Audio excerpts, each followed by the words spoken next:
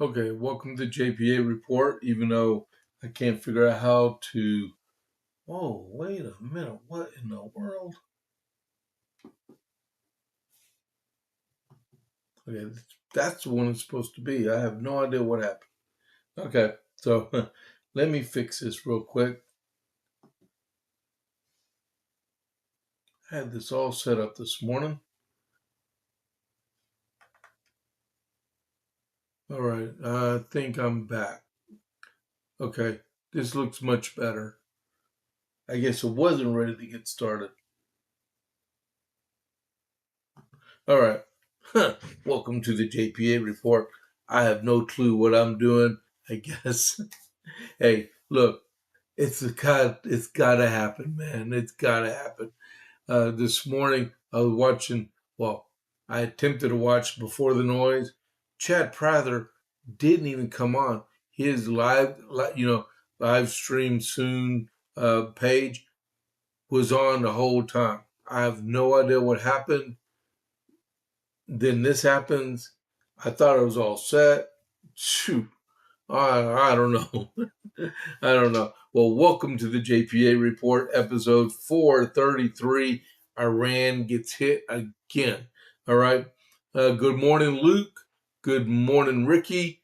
It's good to see y'all on the chat. I really appreciate that. Along with anybody else that joins us this morning, I appreciate it. Sorry about the little technical snafu I had there just for a minute. I really apologize. Two JP morning briefs in a row is too much. But hey, okay. So click that follow button, which is click the bell, scroll to the bottom, and you can see follow. Click the follow button, you're there. And then give me a thumbs up for the episode today. I really appreciate it. Let's go. Before we do the America 250, I want to go over one thing. Last night we had a city council meeting. Is one for the books. I cannot believe it went the way it went. If they did a vote, it would have been, let's see, Vanya wasn't there. It would have been a 5-1 vote because one was absent.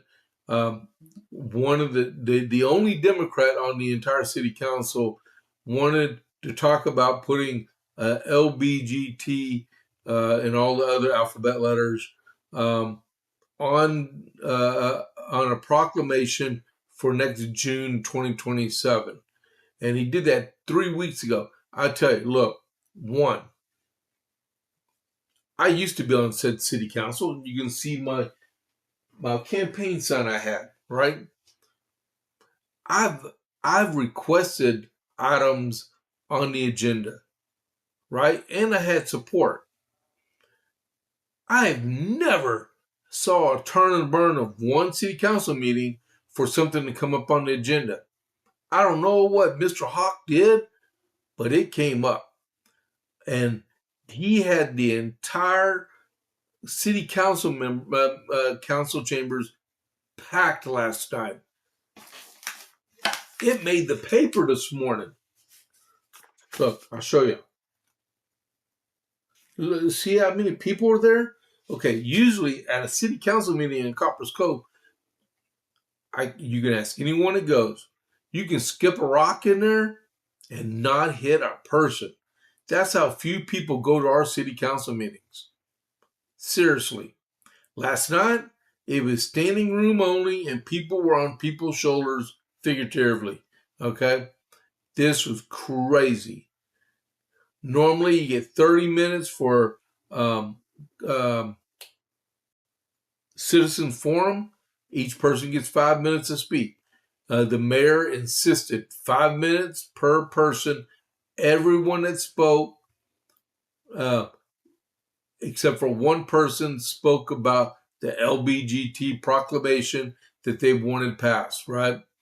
Uh, Two people spoke against it, which was Kirby Lack and Dave Chiquette, and this one other lady. And there was like 6 people that spoke in favor of it. I don't know how many of them live in Coppers Cove. I don't care. The fact is, they were trying to talk about this, and they were misinterpreting the Bible. They were talking about how important LBGT is to the city. I don't get it. I don't understand it. I know it's against the Bible totally, right? We should be talking about stuff that we need to talk about in our city. Safety, security, roads, taxes, how we're going to get more of men to pay for a city, businesses which generate taxes, sales taxes, schools. We should be talking about stuff like that. Not this other junk. It went on 30 minutes, right? The mayor made an exception and revised the rules, suspended the rules, as you may say, and let them speak another 20 minutes. So about 45 to 50 minutes last night was spent on Citizens Forum, which is their right to speak, right, without being interrupted.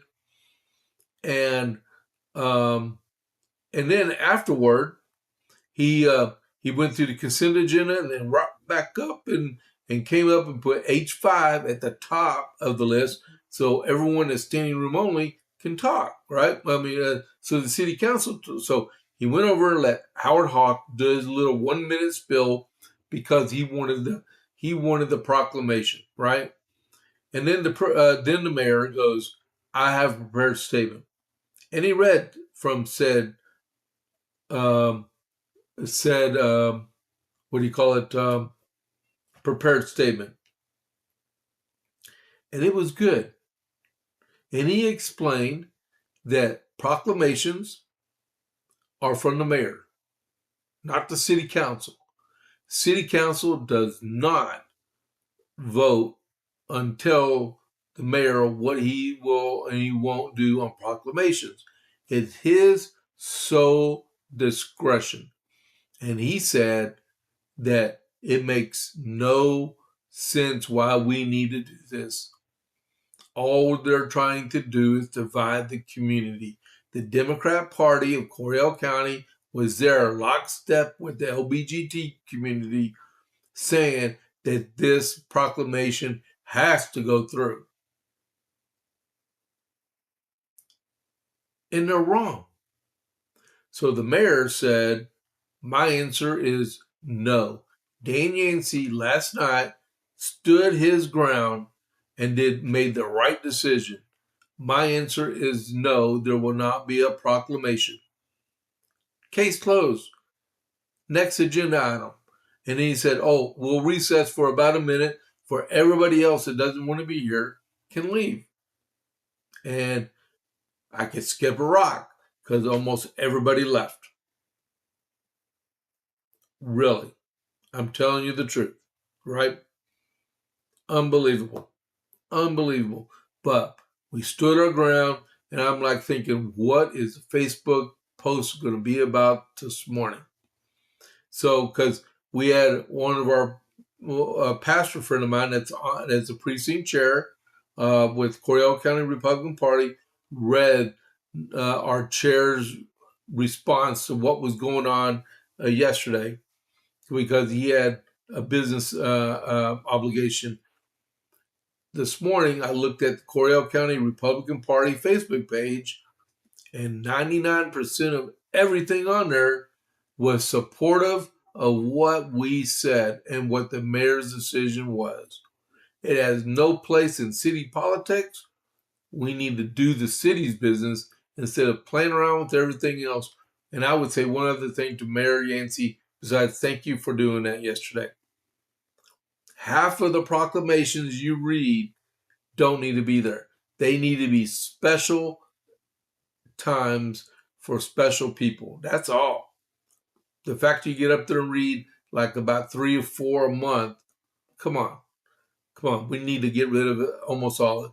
Let's stick with the city's business. Like I said, streets, roads, safety, security, and funding, right? And after that, leave it alone. Leave it alone, all right?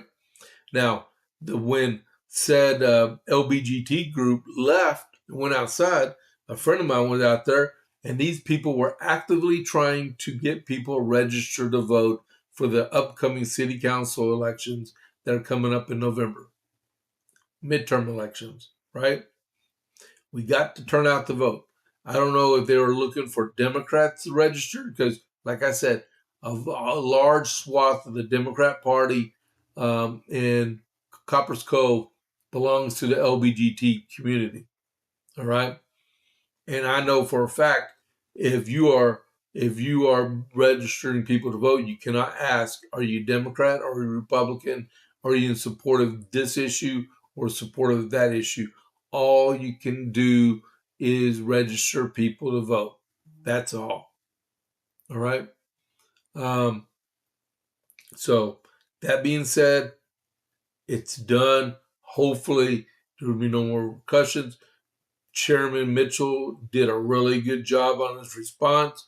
Uh, Kirby Lack did a great uh, deal reading from his prepared remarks, and Dane Yancey and the city council did really good. Okay, so let's go on to national news.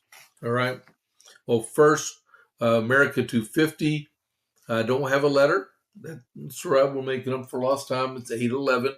If you agree, before I go any further, if you agree with the response that happened last night at our city council meeting, put an American flag in the chat. Okay, I'm going to do that myself also.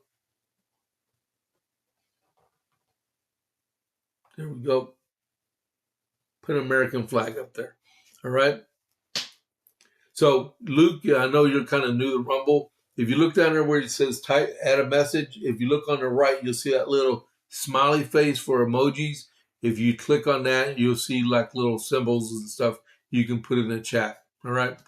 Just so you know. All right. America 250.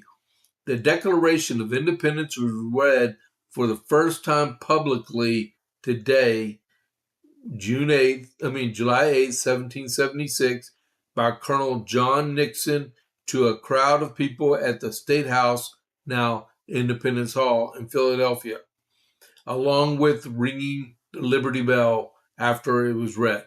All right? Good job, Luke. Good job. All right. Anybody else? Come on, let's put some American flags in the chat for us, especially with the reading of the Declaration of Independence 250 years ago today. All right? All right, let's carry on. All right, the armament shop. Whether you're looking for your first firearm, upgrading your setup, or need expert service, Jason at the armament shop is Copper's Cove's premier source for all things shooting.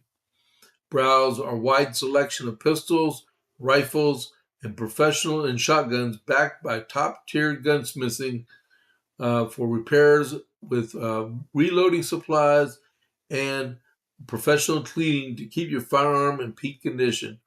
You need a transfer? We make FFL transfers fast, easy, and affordable. Need your CHL? Jason can handle those classes. He has over 3 decades of experience. Visit the Armament Shop today at 115A West Avenue D in Coppers Cove, or call or text 254-560-2023, or visit them at www.armamentshop.com. That's armamentshop.com. The Armament Shop, your safety, our priority. All right. Thank y'all very much for all that. Thank y'all for the American flag that's flooding in. Well, we got 3 of them so far.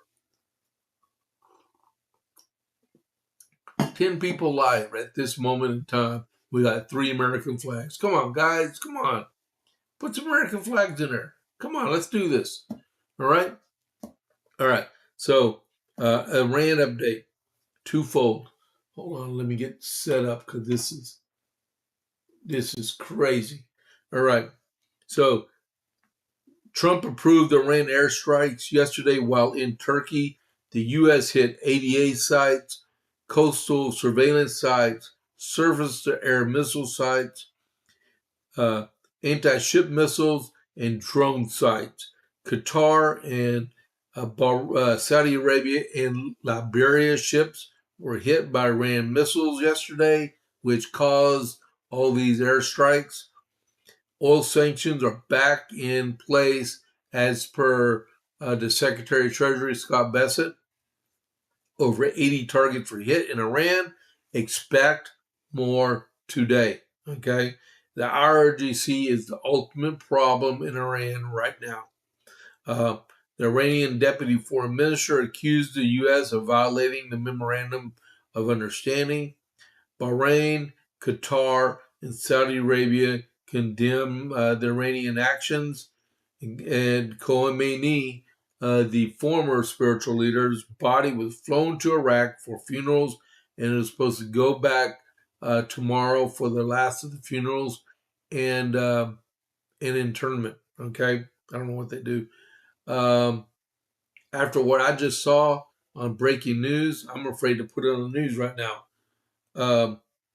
His body could rot in Iraq and stay there for all I care for what they're doing right now. This is unbelievable nonsense. It needs to end. It needs to end now. Okay.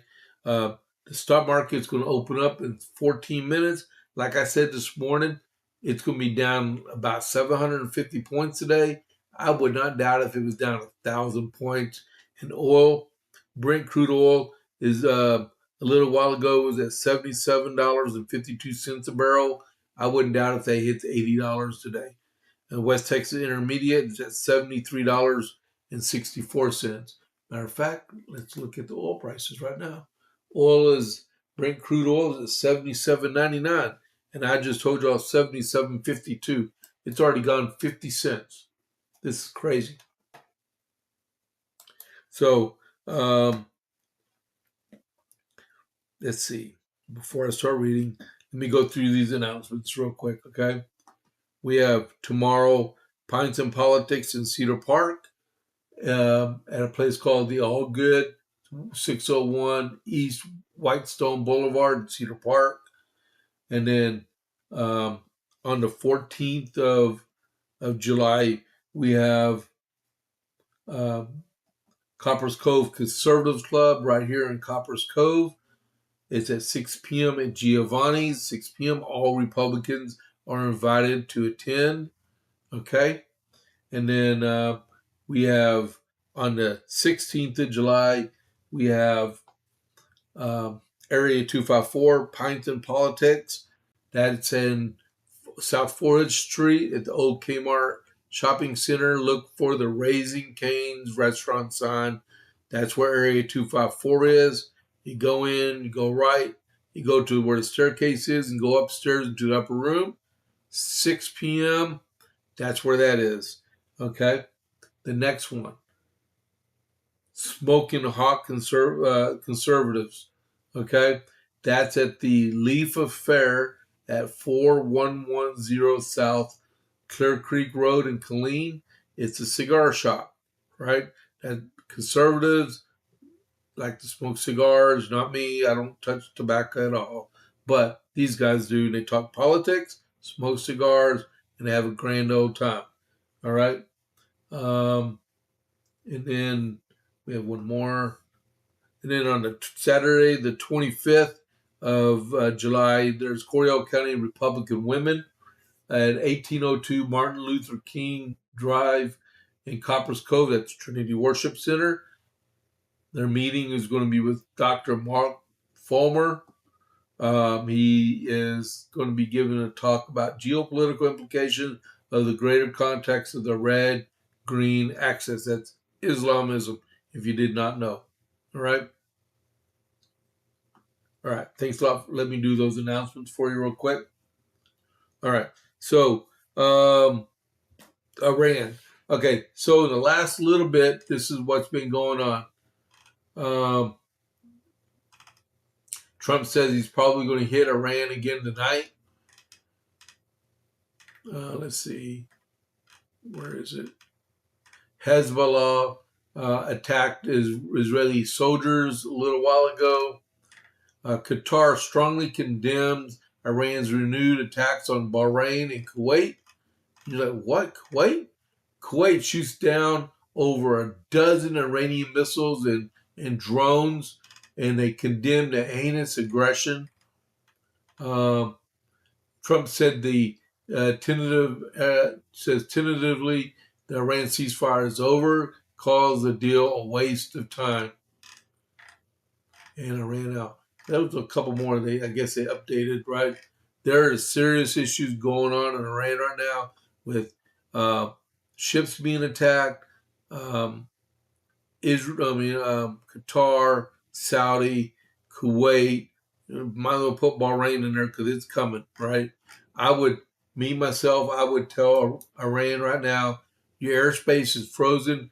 Don't even, don't even attempt to fly Ali Khamenei's body back to Iran because I will shoot the plane down, flat out. This is nonsense.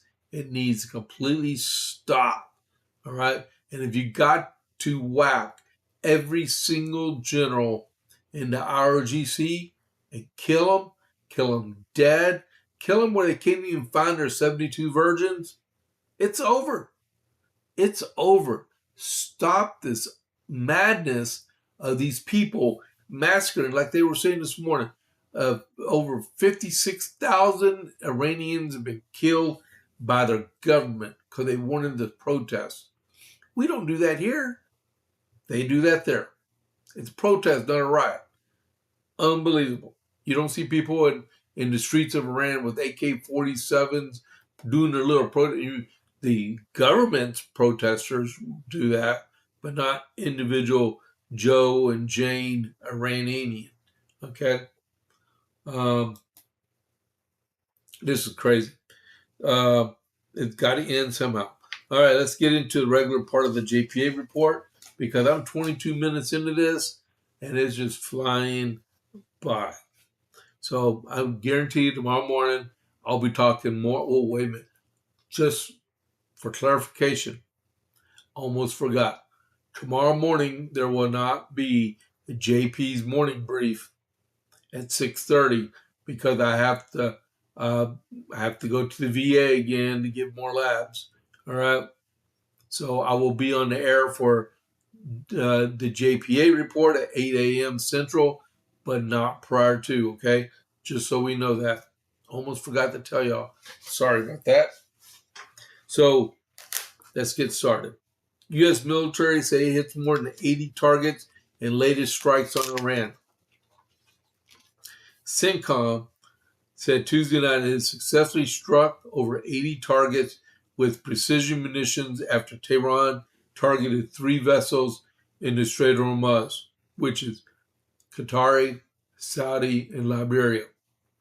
The U.S. said Iran's strikes were on commercial vessels that were transiting the strait and which were crewed by innocent civilians in the international waterway. Reports indicate that ships were from Qatar, Saudi, and the United Arab Emirates, but there was one that was flagged from Liberia. The strikes were intended to downgrade Iran's ability to continue attacking international commerce flowing through international trade corridor. The unwarranted aggression by Iranian forces is a clear demonstration of violation of the ceasefire and undermines freedom of navigation. And the military said CENTCOM forces remain postured and prepared to hold Iran accountable when the agreement is not adhered to or obeyed. The strikes come after the U.S. and Iran signed an MOU last month. All right. They're supposed to meet again on July 11th. I seriously doubt that's going to happen. Okay, so what happened was Iran struck these vessels in the strait. And the justification they said was that they weren't using an authorized trade route to go through the Strait of Hormuz. Well, they were using the route that was dictated by Oman for free trade route through the Strait of Hormuz. Iran insists that they control the strait, but it's international. And Oman told everyone this is the route you can use to avoid the Iranians and go through free, right? Iran didn't like that, and that's why they fired the missiles. All right. They paid a dear price for firing those missiles, and more is to come. More is to come. All right, and then like I said, also the oil was clawed back by Scott Bessent. I don't know why my paper sticks like that. It's crazy. We have the U.S. is clawing back oil sanction waivers offered to Iran as part of the framework of the deal that kicked off a 2-month negotiating period after Iran attacked commercial vessels in the Strait of Hormuz Monday and Tuesday. A U.S. official confirmed that 3 commercial vehicles were struck by Iran in the Strait between Monday and Tuesday, reigniting tensions between President Trump after President Trump said the U.S. has given to Iran a week off for funeral ceremonies for the slain spiritual leader Ali Khamenei, which, like I said, his body should not return to Iran. Let it burn in Iraq. Okay, I'm tired of it. I'm tired of it. They got Najaf right there in Iraq. Bury his body there. That's the world's largest cemetery, and that was the site of one of the biggest battles in Iraq. A buddy of mine, one of the guys in my last platoon, when I was a platoon sergeant, had an Archon with a V device because they had a rolling battle in the world's largest cemetery because I guess Muslim insurgents didn't like the sanctity of a cemetery, and technically it's against the laws of war to fight a battle in a cemetery unless engaged. We got engaged and we retaliated, and Carl Slingerland got an Archon with the V device on it for said battle. That's a whole different story. As President Trump said, and the administration repeatedly affirmed, the MOU is in effect with Iran, is entirely performance-based. Iran will only reap benefits if they exhibit good behavior. They're not. Iran's actions in the Strait are wholly unacceptable to the United States and will be met with consequences. Our negotiations continue to work in good faith toward the final deal. The sanctions relief was part of a memorandum of understanding signed in June that launched a 60-day negotiating period between Washington and Tehran. Yeah, I don't think that's going to be successful. I can continue to read this, and roughly, it's not going to happen. Oil prices are already going back up. I guess empty oil tankers are going to come to the U.S. and we're going to fill up oil tankers. We'll make money. Iran won't. Iran's going to starve to death on their oil because they won't have nothing to generate money with. And that's the problem. That's the whole problem with the whole process. All right? I'm sorry, but it's going to have to be done. But, we got to do what we got to do. We got to protect the world. We don't have to protect the world. But, the Strait of Hormuz is an international waterway. It needs to be protected. And Iran cannot have a nuclear weapon. No ifs, ands, or buts about it. They cannot have a nuclear weapon. That is our issue right there. All right, let's get into the domestic stuff. All right, hold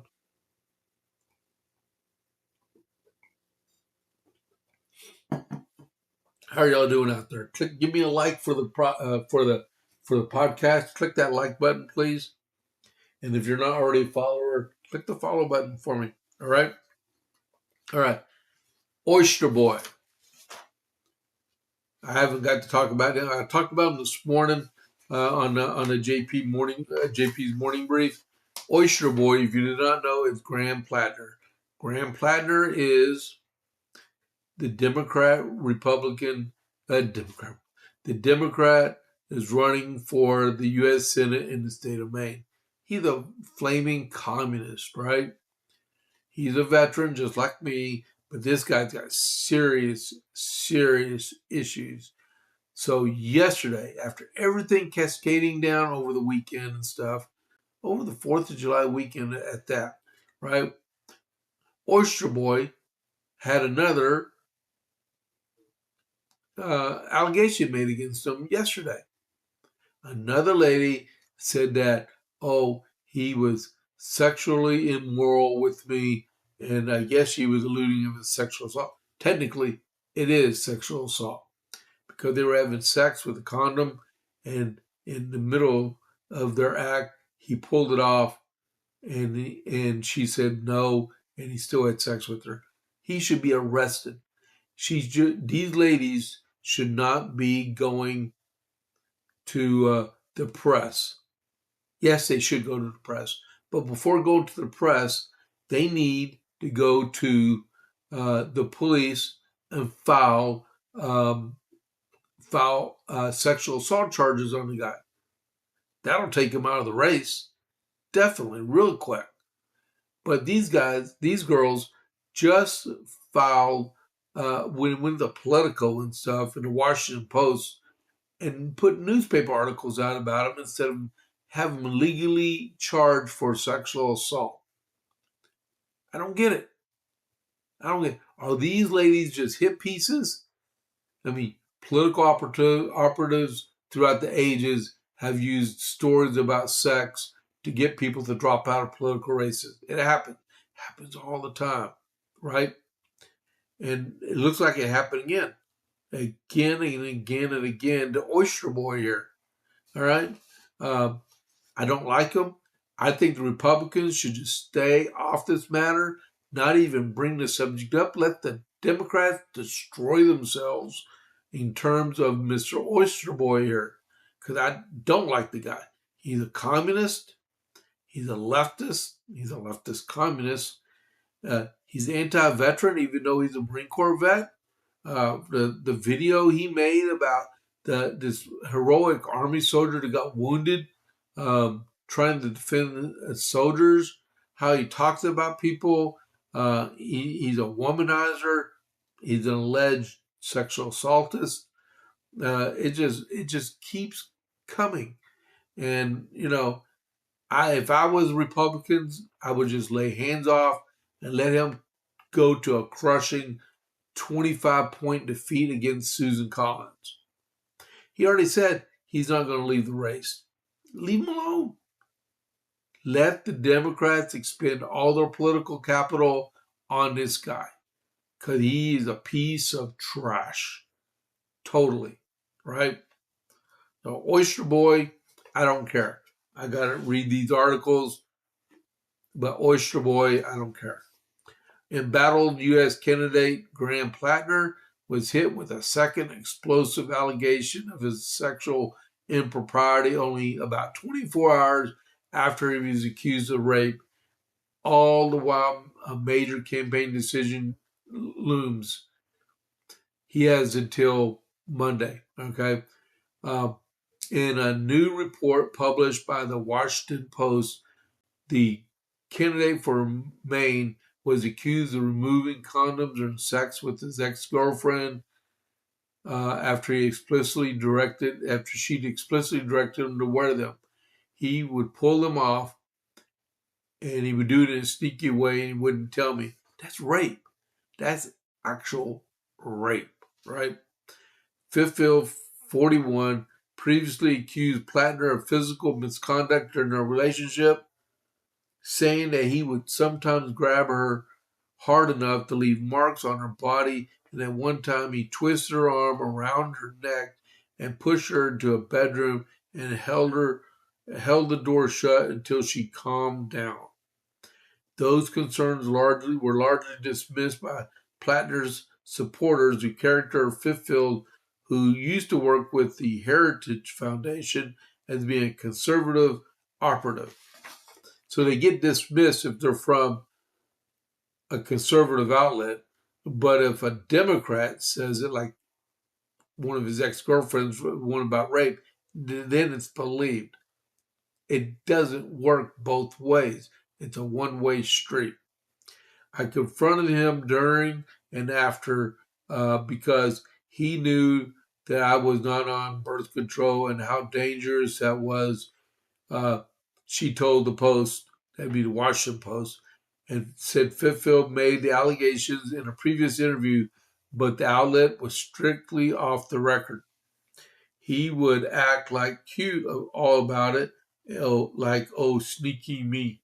In a statement to the Washington Post, the Plattner campaign reportedly said that Fitfield's latest allegations were categorically false and politically motivated. Monday, the oyster farmer, or oyster boy, whose campaign was dogged by scandals since last year, was accused of rape by another woman. And he just keeps going and going and going. He allegedly has until Monday to drop out of the race. All right. He said he's not dropping out of the race. And if he did, before he would want to choose his own successor. The Democrat Party in Maine said, no, we'll choose it for you. Now, I mentioned this earlier this morning. All right. So, that being said, I can't believe it's already been 2 years. But 2 years ago, what happened this month? Think about it. Think about it. Think about it. Oh, that's it. Joe Biden, after he won his primary for the presidency, dropped out of the race for the president and the Democrat Party went and chose Kamala Harris. Which she was soundly defeated anyway, Miss Word Salad. Fast forward 2 years later to now, Graham Plattner is about, it looks like he might be withdrawing from the race, right? And the Democrats are saying, oh, we'll choose the person that's going to run in your stead. Both parties, the same party, 2 years apart, want to circumvent the will of the people in that primary and run their own person. It makes no sense to me at all. But, okay, that leads me to the next story, okay? Vetting. Sometimes you get people in there that want to run for office that should not be running for office, said Oyster Boy, right?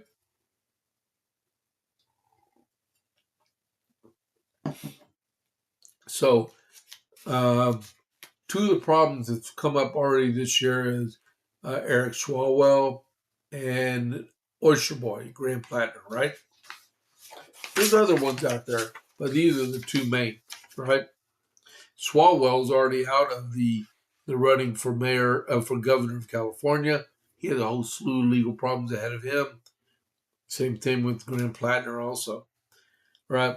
The latest allegation against Maine Democrat Senate nominee Graham Plattner, Oyster Boy, appears poised to sink his campaign, marking the second time this election cycle that a candidacy of a major candidate in the party has imploded over allegations of sexual misconduct, raising questions of whether the party knew about each of the potentially damaging past or failed to vet their candidates. Plattner's outsiders bid captured the attention of Maine voters as well as country's political class, so much so that the primary rival, Governor Janet Mills, effectively quit the race months before June's election, despite his campaign having been beset essentially from the start by scandal, including the contentious Reddit posts, the extramarital texting, and the Nazi Totenkopf tattoo. But the most recent allegation made public Monday that he forced himself on a woman that he was dating several years ago while drunk has major Democrats rescinding their endorsements and calling for him to step aside while he pauses his campaign to ponder the best path forward toward unseating GOP Senator Susan Collins, which will not happen. The pause comes nearly 3 months after Eric Swalwell suspended his highly effective competitive bid for California governor after allegations he engaged in sexual misconduct with several women, including a former staffer who said the congressman sexually assaulted her. Nobody goes to jail for these things, people. This is crazy. Swalwell said these allegations, absolutely false, were nearly identical to what Plattner said about the one this week regarding him. Swalwell notably was in Congress for more than a decade and was a prominent figure in the party for much of his time in Washington, which has raised questions about how or why such allegations didn't surface until deep into his gubernatorial campaign. The DOJ opened an investigation into Swalwell in April. Yeah. Plattner says, this is all from Just the News. Democrats are regretful. The Plattner scandal has at least a few prominent figures on the left admitting they misjudged the 41-year-old progressive oyster farmer due to his policies and overlooked signs that he may not be as strong as a candidate as they would like. I deeply regret, impressed by Plattner's political charisma, that I wrote that he was nothing like the edgelord caricature I encountered online. I see, if anything, he seems to be significantly worse than New York Times columnist Michelle Goldberg. Anything that comes out of the New York Times is false anyway. John Fetterman said on Fox, I would really call Bernie Sanders to apologize for pushing this kind of predator more than anything to help him get elected. Maybe he should stop pushing these communists. I don't like John Fetterman, but that was a really good. I'll repeat that again. John Fetterman said on Fox, quote, I would really call Bernie Sanders to apologize for pushing this kind of predator more than anyone he could help elect. Maybe he should stop pushing these communists, unquote. Awesome. Republicans are skeptical. The Republicans appear doubtful the Democrats were unaware of his shortcomings and damaging past alleged misconduct. The worst part is that they knew all this. They went ahead of them, and this was from Bill McGurn, right?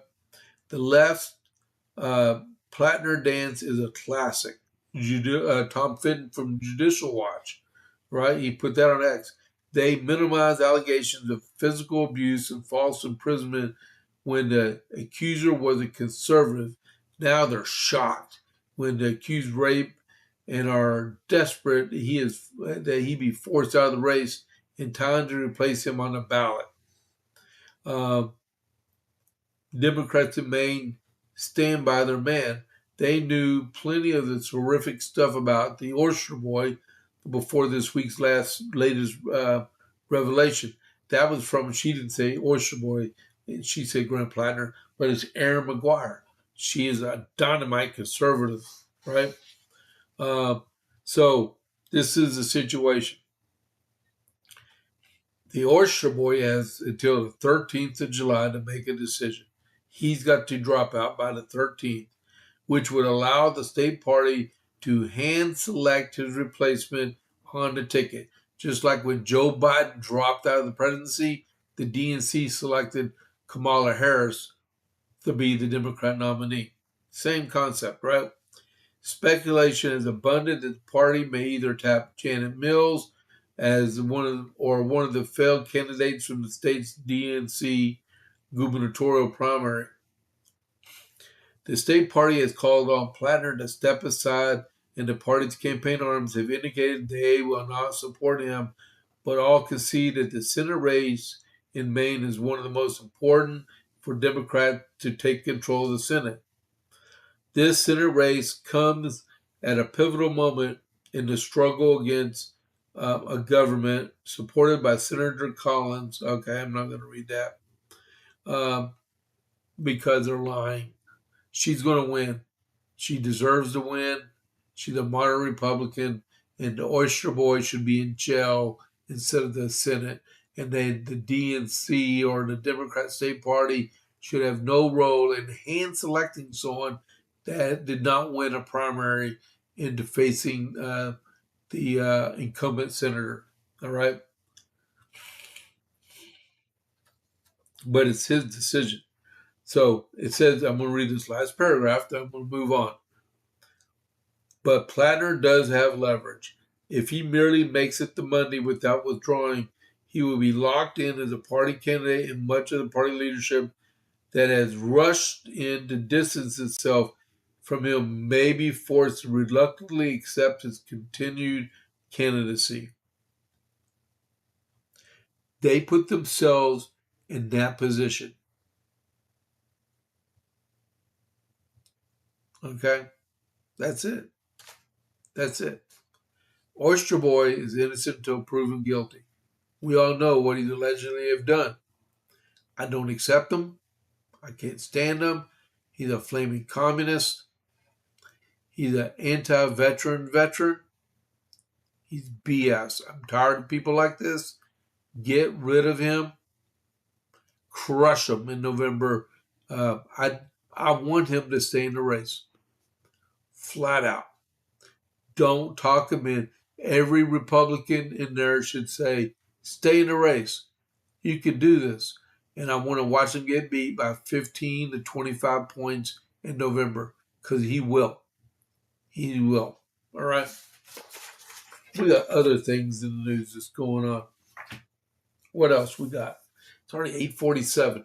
Don't forget, give me a like for the podcast today. I would really, really appreciate it. One more thing about the city council I was talking about. I did record all of it last night, and I will be putting a podcast up showing the whole thing. It may be this afternoon, but it'll call Coppers Cove City Council City Forum on LBGT. All right, and Mayor's response. All right, but you'll see that. Next thing, we're back in Texas. All right, we're not going to get through this news today. This is no way.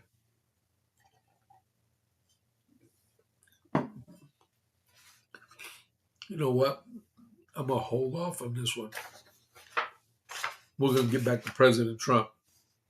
President Trump says he demands the Republicans vote a voter ID bill, attach a voter ID bill to a $350 billion appropriations bill for the Pentagon. Congressional Republicans, as they come back from weeks-long disrupted work, they're on vacation, right? Yeah, sure. President Trump is doubling down on his two-shot policy, an extra $350 billion for the Pentagon, and a nationwide voter ID mandate. In a Tuesday social media post praising the U.S. military, Trump called on Republicans in Congress to pass a third party line budget reconciliation bill that would incorporate both $350 billion for the Pentagon and the Save America Act. I am calling on the House and the Senate leadership to make this their number one priority and to ensure that $350 billion in Recon 3.0 moves out of the Budget Committee as soon as Congress is back in session. The Save America Act, which everyone is asking for, paired with the full funding of the great Department of War, can be passed very easily ensuring the United States of America stays free for generations to come. Uh, any comments on the Tyler Robinson pretrial? Okay, that was coming from Luke. I'm sorry, Luke. There's so much material, and I did not put anything about Robinson in his preliminary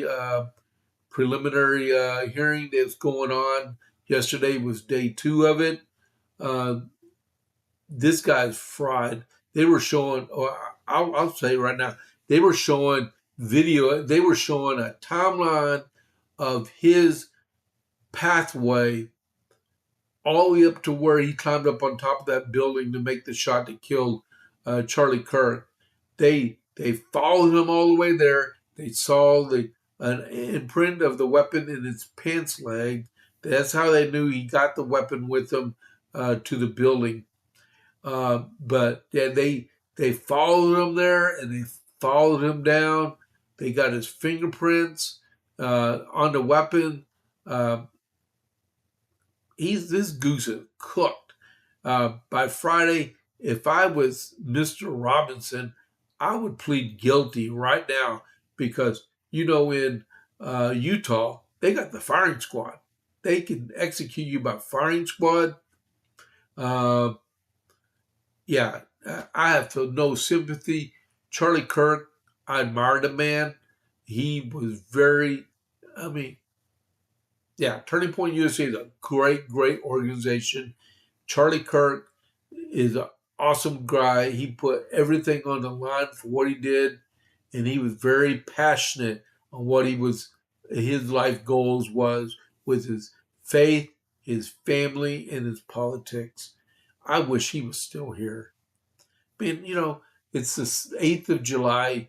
We're almost at the 10-month mark where he was murdered. Where he was assassinated. Unbelievable it's been this long.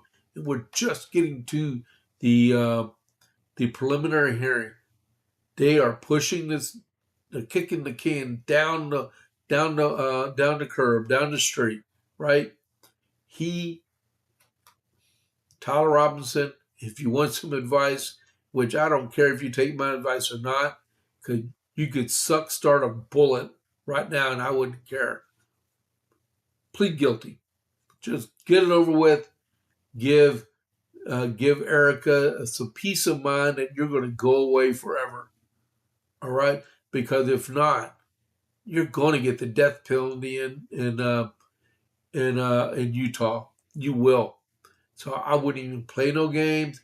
Plead it out. Go to prison for the rest of your life. Okay. All right. But that was my explanation. I'm sorry I didn't put that in. But Luke, thanks for bringing that up, man.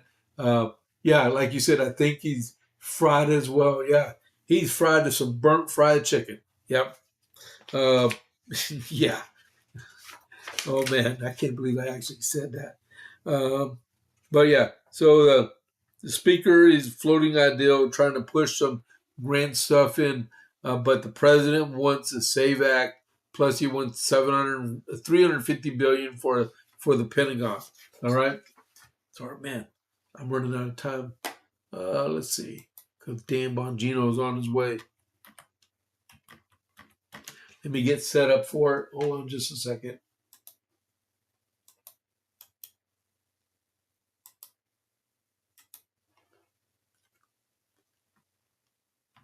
Okay, I'm set for the this fried. He's as deep fried as burnt fried chicken.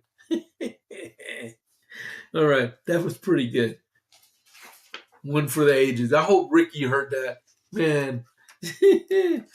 All right, federal judge hands President Trump a big win, directing the Department of Homeland Security to restore voter verification features of the SAVE system. So you have the Save America Act and you have the SAVE system.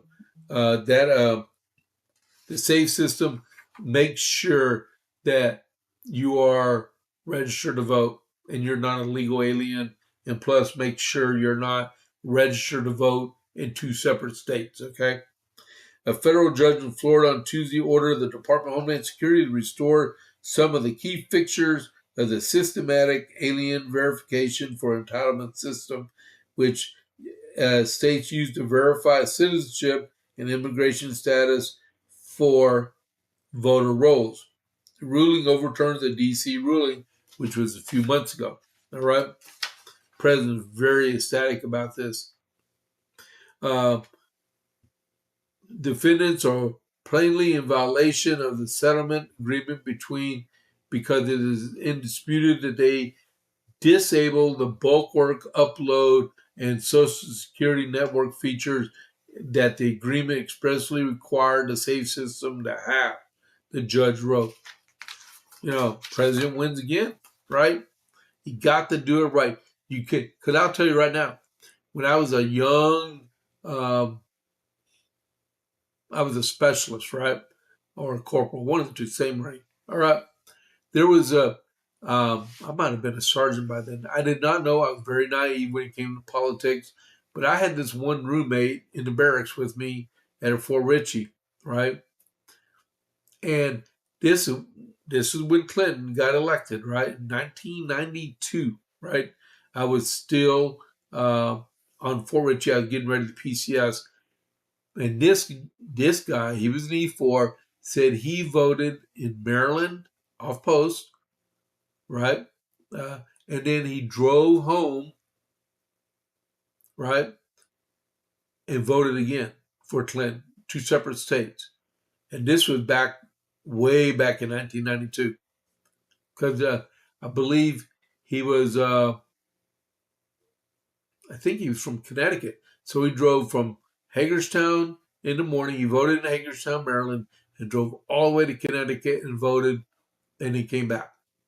I don't know how he got away with it, but back then everything was on paper and this stuff didn't go in effect. All right, that's why it's important to check the voter registration verification to make sure this stuff doesn't happen no more. And I'm glad that federal judge put it back into action. 8:57, man. I'm not even going to finish. All right, so I got 2 deals here. This one Australian lady was arrested the other day for voting in the 2022 election and the 2024 election, claiming that she was a U.S. citizen and registered to vote in a federal election, and she got arrested. And she got arrested in Louisiana, all right? And then in Nevada, 8:58. In Nevada, Republicans are suing the state over non-residents' right to vote. In Nevada, as in most states, some American citizens born abroad can vote in states where they've never lived before. They can do so as long as Nevada is their parents' most recent home before leaving the U.S. The Nevada Republican Party has sued the state and federal. How can you establish residency if you never lived here? Okay. Okay. I guess I was right. Because how can you? Because